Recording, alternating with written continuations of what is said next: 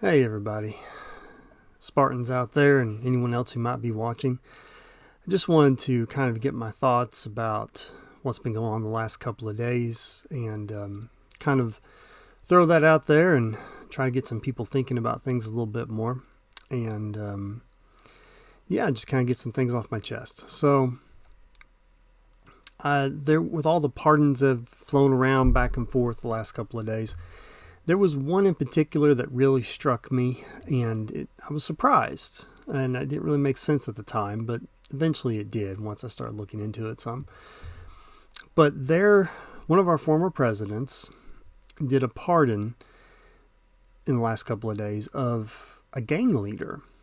Now, this gang leader, they had been arrested and sentenced and found guilty of hate crimes and violence and vandalism, terroristic threatening, and all that sort of stuff. And all this happened around a couple of churches. They had they'd stolen some of the banners, they had burned some of them, they had defaced the churches, and did a lot of bad stuff like that to two churches actually. And this person was eventually caught and arrested along with a couple other people, like within a day or two. It was very quick. And they had been sentenced to several years in prison for all of this, but yet they had been pardoned. And I was like, I don't get it. Why would that happen? But then I realized, I understood. The person I'm talking about, of course, is the leader of the Proud Boys, Enrico Tarrio. And he had been one of the players responsible for planning, organizing the January 6th attack on the Capitol. And him, along with all of his buddies, all 1,600 of them, all of them, received a pardon from Donald Trump. Because when you're doing political violence in this country for the great Orange Mussolini's sake, it's okay. When you're breaking laws for him, it's okay. You'll get a pardon. It's fine. You do what you need to do for the leader. I know a lot of people voted for Trump for lots of reasons.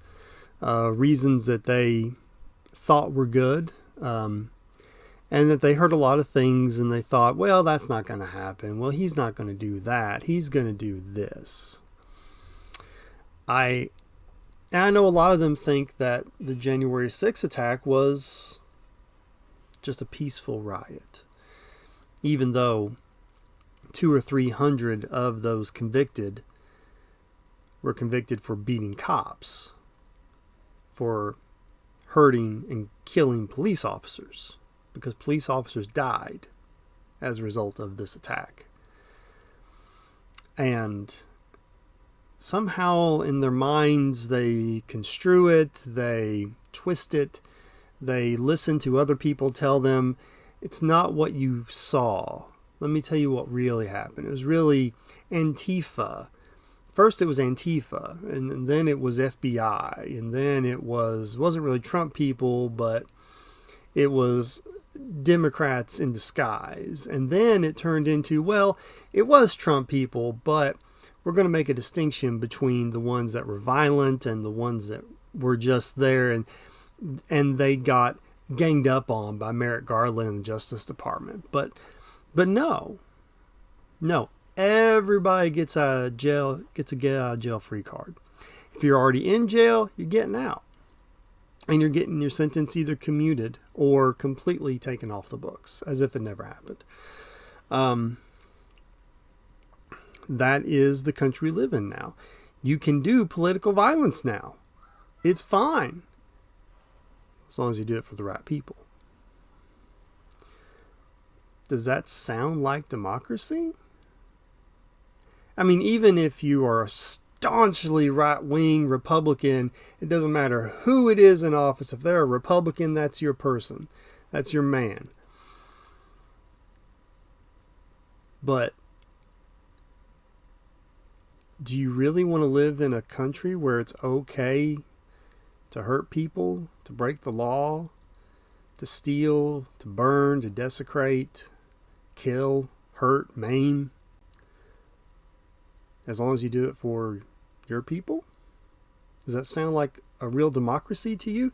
Does that sound like the country that our grandfathers and great-grandfathers fought and died for during World Wars I and II? Does that sound like American values? You really need to ask yourself that question. You need to think about that. And you need to remember what happened. And in case some of you maybe have forgotten or tried to put it out of your mind what happened, let me give you a small reminder. Him with the black bat there on the left side of your screen. That guy. That's at the Capitol building, obviously on January 6th. There had been word, including from Vice President J.D. Vance, that nobody charged with violence against police officers would be pardoned by Trump. But this man today posted online that he heard that his case was being dropped. Tonight, within the past hour, tell me that's not a weapon? There appears to not have been a distinction made between those convicted of just participating in the January 6th attack and those who participated violently in the attack, including those who attacked police officers physically. The list of people whose sentences were commuted by Trump today, commuted to time served so they can be released from prison, includes some of the people convicted of violence against police officers. It includes paramilitary leaders. Let's look at this for a minute. So we've got 4 Oath Keepers were found guilty of seditious conspiracy. Oath Keeper leader, this guy, is sentenced to 18 years in January 6th sedition case. Enrico Tarrio got 22 years for what he did that day. But because he did it for Trump, he gets to go home now.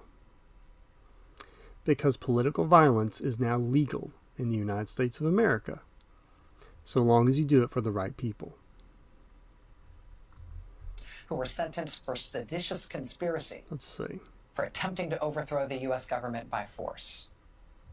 From Trump tonight, of all the possibilities considered about what Trump would do with the people who committed violence on his behalf on January 6th, this was the maximalist option. Pardoning and commuting all of their sentences so that all of them are released. This was the maximalist option. And, like the blatant transactional open for business. Now she goes on and talks about how bad that is when you live in a country where that sort of thing is legal, as long as you do it for the right side. And she makes a lot of good points. I really like Rachel. I really feel like she kind of just puts it out there for what it is. She doesn't really sugarcoat it that much. She doesn't really try to tone it down. It just is here. Now, everyone doesn't always like to hear that. Very few people actually like to hear the truth. That's kind of why we're in the mess we are right now. But this is the truth. This happened.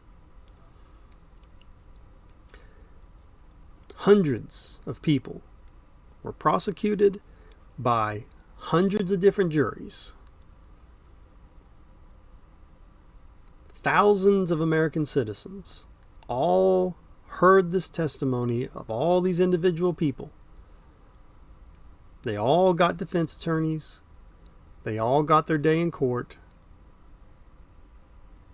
They were all convicted. Because it was all done out in the open with thousands and thousands of documented video cameras on people's phones and security cameras showing it all.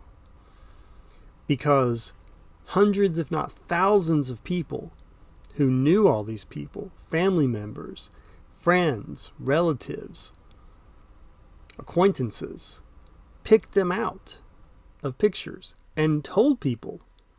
And when officers came and talked to them, yeah, that's the guy who did that. I know him. That's him.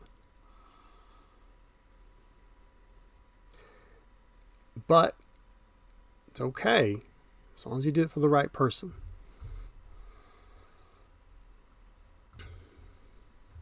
Pardoning and releasing from prison the January 6 defendants, including the paramilitaries, means he's effectively immunizing his followers from committing violence in his name. There's some more people.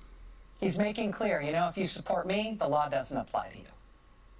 Not incidentally, the people he's pardoning and their families will feel like they owe Trump everything. Throwing stuff at him. And that they therefore should and using now a can makeshift do battering ram absolutely anything for him. to bust through a door or a window of our nation's Hungary, capital. Viktor Orban's government pardoned a far-right agitator who had set fire to the homes of Orban's political rivals.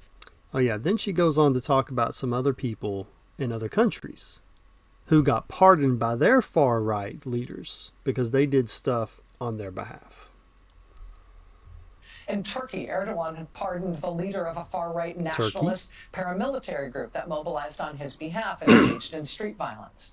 In Zimbabwe, Robert Mugabe pardoned hundreds of people who carried out election-related violence on his behalf. Pinochet in Chile and Fujimori in Peru gave blanket amnesties to their security forces. If you're on my side, the law doesn't apply to you.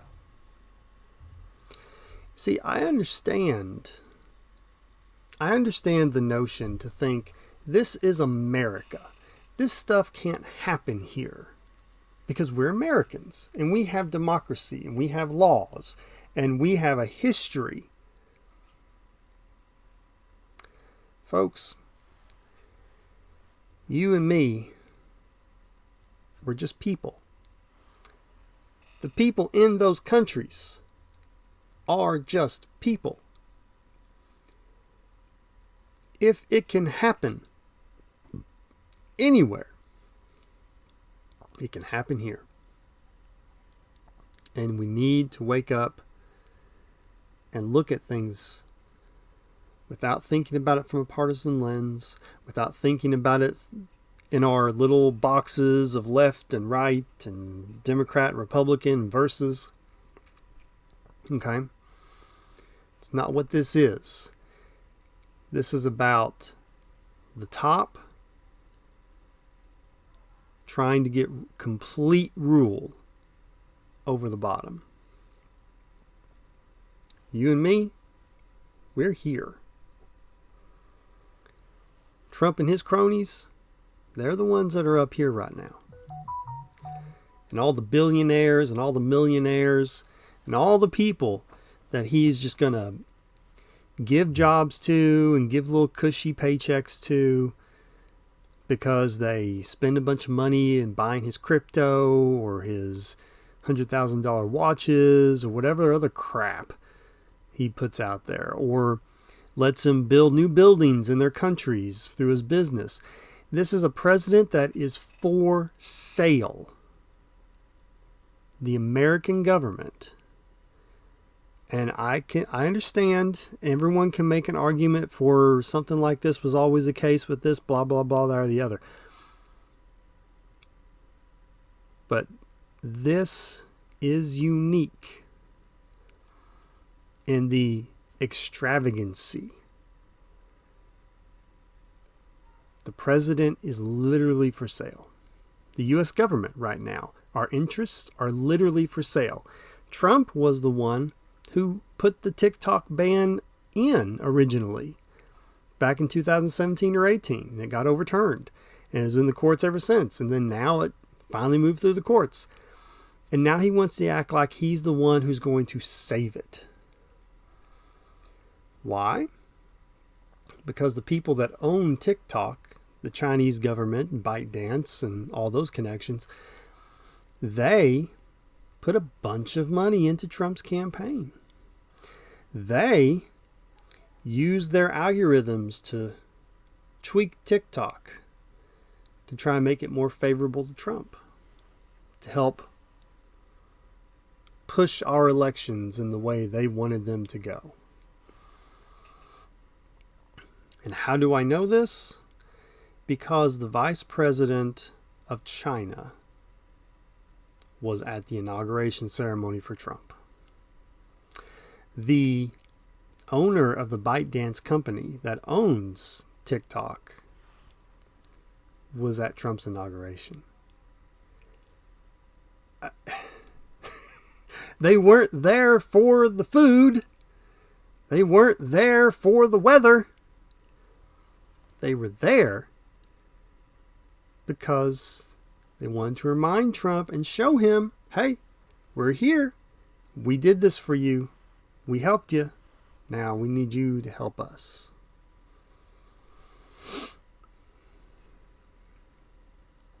I've been watching politics for a long time. Never seen that before.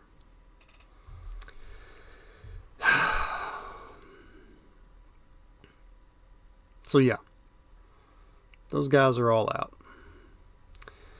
I could show you a few more if you're interested. Let's see here. This is old Bulwark, Tim Miller. He's also a good one to listen to. He talks it straight usually. Here's another guy. David Dempsey, convicted of repeatedly assaulting police officers with pepper spray and a metal crutch and a wooden and metal poles, sentenced to 20 years in prison. He's out. Let's see here. Daniel Rodriguez was convicted of using a stun gun and plunging it multiple times into police officer Michael Fanone's neck, in the words of prosecutors. You can also watch that video if you want to see something truly horrific. Rodriguez was sentenced to more than 12 years in prison. He's out. Peter Schwartz, according to the DOJ, was convicted of welding a large MK-46 canister. I don't even know what that is, but it sounds heavy. And carrying a wooden tire thumper. Schwartz began indiscriminately spraying OC spray at any retreating police officers he could find. You're out. Ryan Nichols, who pleaded guilty to assaulting officers with pepper spray and yelled, if you have a weapon, you need to get your weapon. And you could listen to this. It's a whole lot of cursing and fuck this, fuck that, but I think you get the point. Keith Packer stormed the Capitol while wearing a Camp Auschwitz sweatshirt. Underneath was another Nazi-themed shirt. Packer was sentenced to 75 days in jail for nonviolent offenses. He's pardoned. He was already out, but he gets a pardon.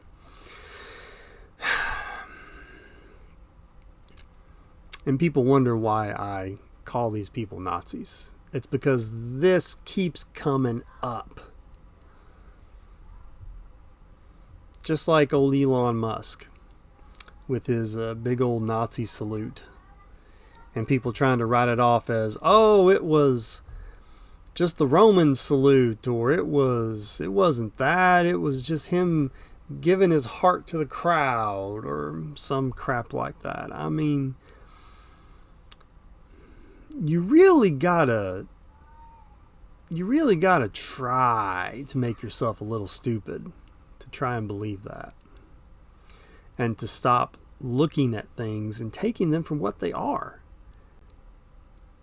But I mean, that's their superpower, is getting people to not believe what they see with their own eyes. Because I can tell you this, the Nazis and the far right people, they saw it and thought it was a white power move and a Nazi power move. They knew what it was. He didn't do it just once, he did it twice.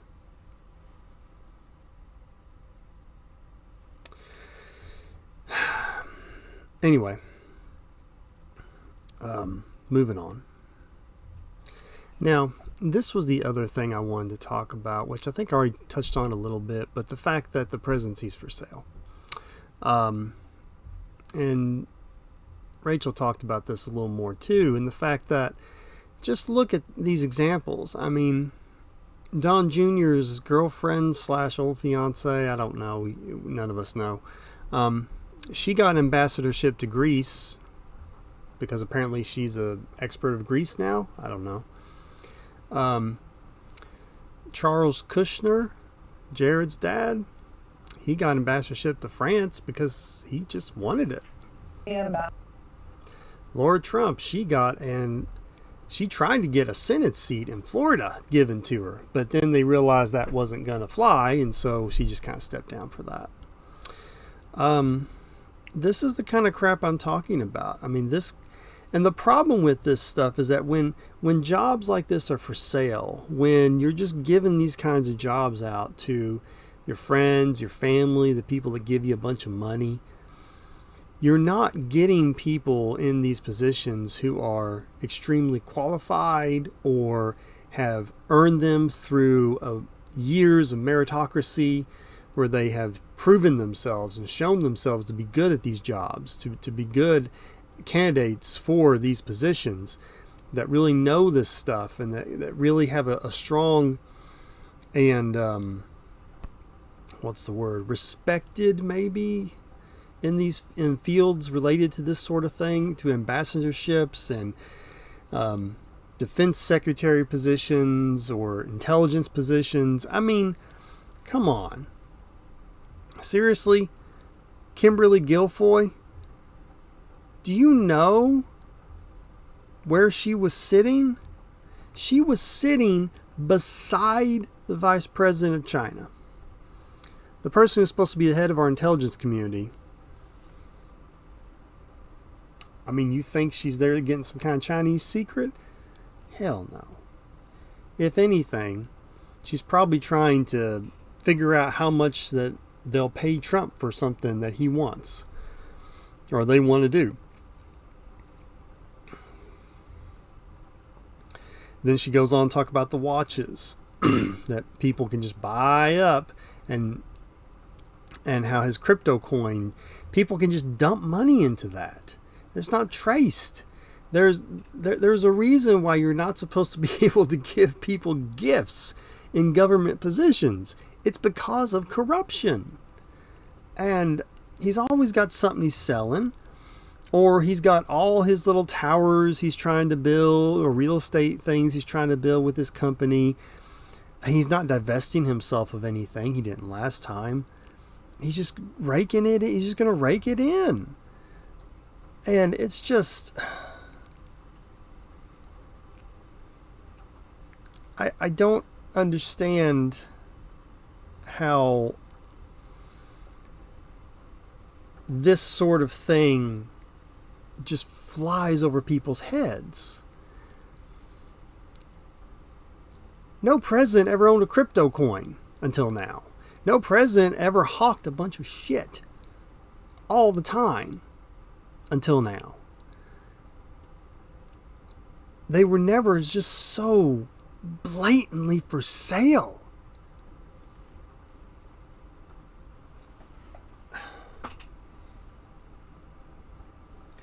And I don't know if people just, they don't think about things in that way, or if they just, I guess they're able to just look past it because one time or 100 times he said he was going to lower the price of eggs or something. Well, he gave a big inaugural speech today. Then he gave another one right after that. Or was it yesterday? Yesterday. And didn't really say much about the price of eggs or the cost of anything, except to say maybe we're going to get inflation down. Well, how are you going to do it? Well, it's going to be an all government approach, and we're going to do this, and we're going to have to do that. We're going to have to get someone else involved, and blah, blah, blah. And it's just word salad. We're going to drill, baby, drill. You go anywhere you want. Anywhere that tracks this stuff. The U.S. has been producing more oil than any other country in the world for like the last year or two. We're already drill, baby, drilling. The oil companies don't want to drill anymore because that'll make the price of their oil go down. Supply, demand. It's very simple. If you put more supply on the market, the price will go down. So the oil companies that gave up millions and millions and millions of dollars to Trump's campaign, they don't want to drill, baby, drill. They want their prices to stay up. So, what does this mean? Well, it means a lot of bad stuff is going to happen. And I hope at some point people start looking at this stuff. I don't know what it's going to take to wake some of you up from the coma sleep that you're in, to realize what's happening, or to make you get your heads out of the sand and start actually looking around and asking yourself, does this make sense?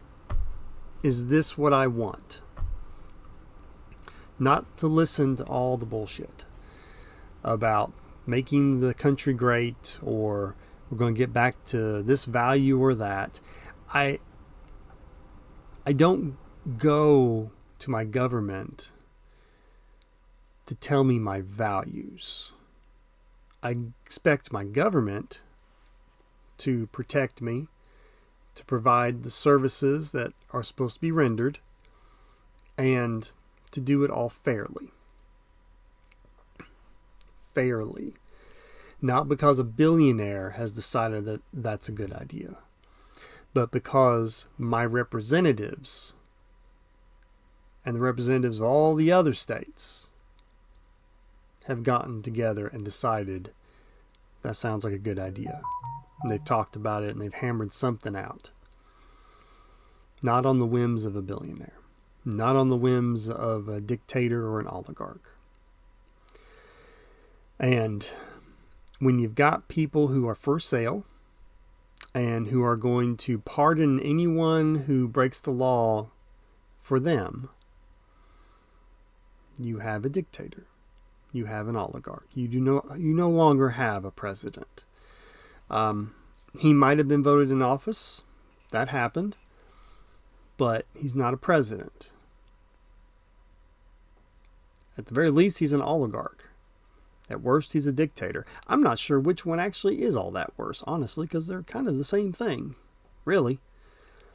You don't generally become a dictator unless you're super rich, and the super rich tend to be the ones that like to dictate. Kind of sounds like the same thing. But that's where we are. Assuming that we have the opportunity to continue to vote over the next, 2 to 4 years or so. How we get out of this mess? Well, we got to vote our way out of it, people. You have to understand, things are about more than your pet social issue, whatever that is. Whether it's abortion or whether it is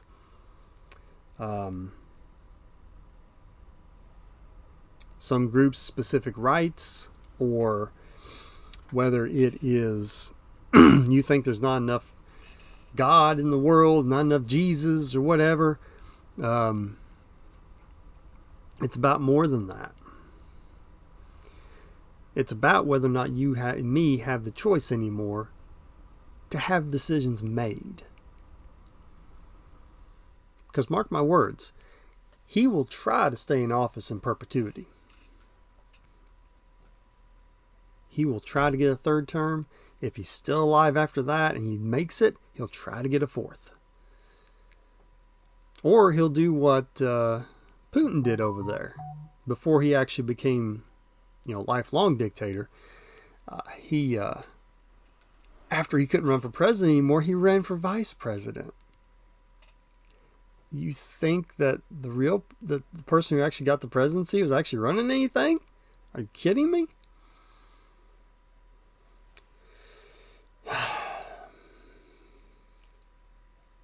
Anyway. So yes, and don't get me wrong, I have no hope in the Republican Party as it stands right now.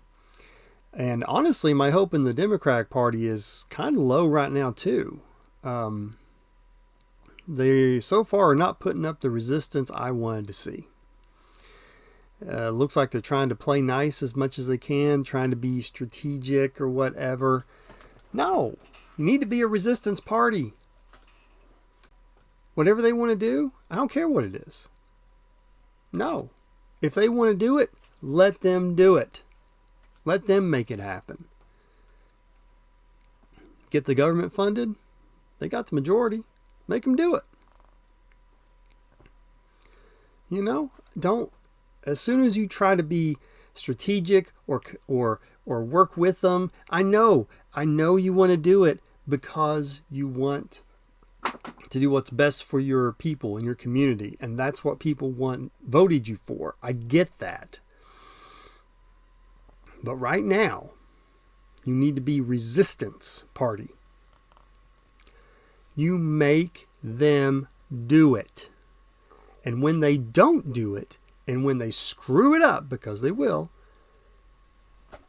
you shout it from the rooftops how bad they screwed it up.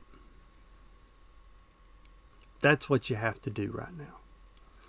And for anyone that can vote in the next 2 years, or the next 4 years, or for anyone that hasn't voted yet, you need to vote.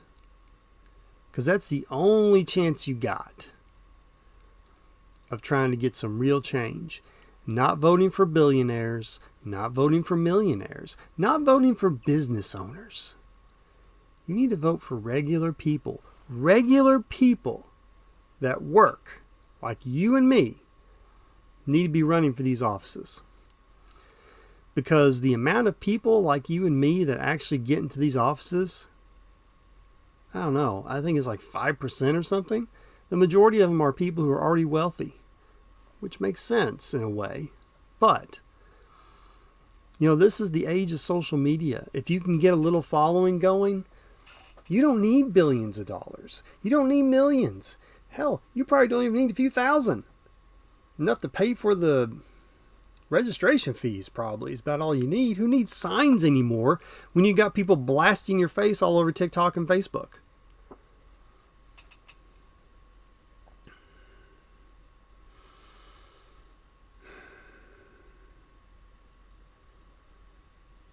So yeah, like I said, I have no faith in the Republican Party. They've sold their soul. The Democratic Party, I mean, if they're running and there's no one else, I'm going to vote for them. It's the best we got right now. But I would sure rather vote for someone like you and me. Someone who's not concerned about the left or the right as much as they are the top and the bottom. Because we are the only ones that are going to get us out of this mess. Republican, Democrat, doesn't matter. Christian, atheist, whatever. It's up to us to get ourselves out of this. And to let those people who are in office know what we want. And when they tell us no, like I know they will, you need to accept it. Talking mostly to you Republican voters right now. When bad stuff starts to happen and promises don't get kept, you need to accept it. It was the people in power that said they were going to do it, and then they didn't do it. Because they don't care about you or me past the point that you vote. And if they can get you riled up about something, that's all they care about.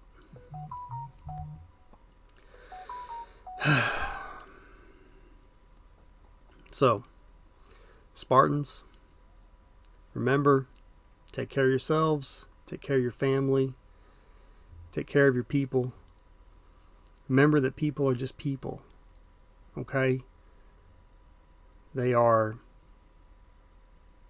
just as susceptible to corruption and greed and doing bad things just like anyone else.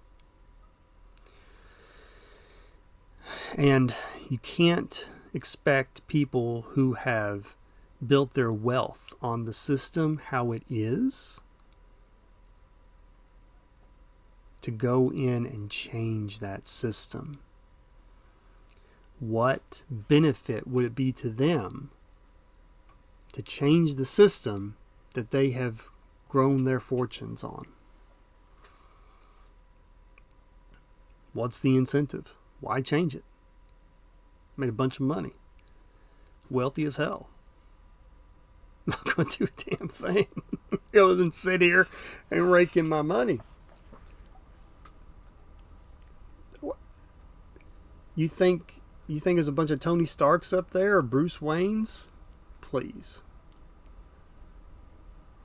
If they're anything, they're the Bond villains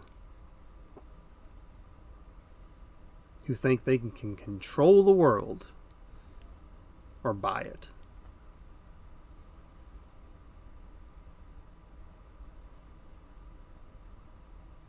If I'm wrong, prove me wrong. All right, Spartans. That's my thoughts for today. There's a lot of other stuff in there. It's a shit show.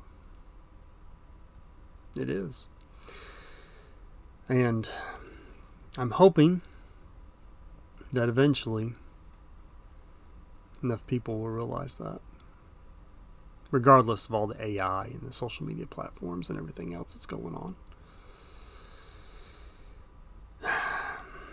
Send me your comments, good or bad, love me, hate me, whatever. Hope someone out there is listening. Hope someone out there is thinking hard about some of the things I've said. Until next time, Spartans, I'm out.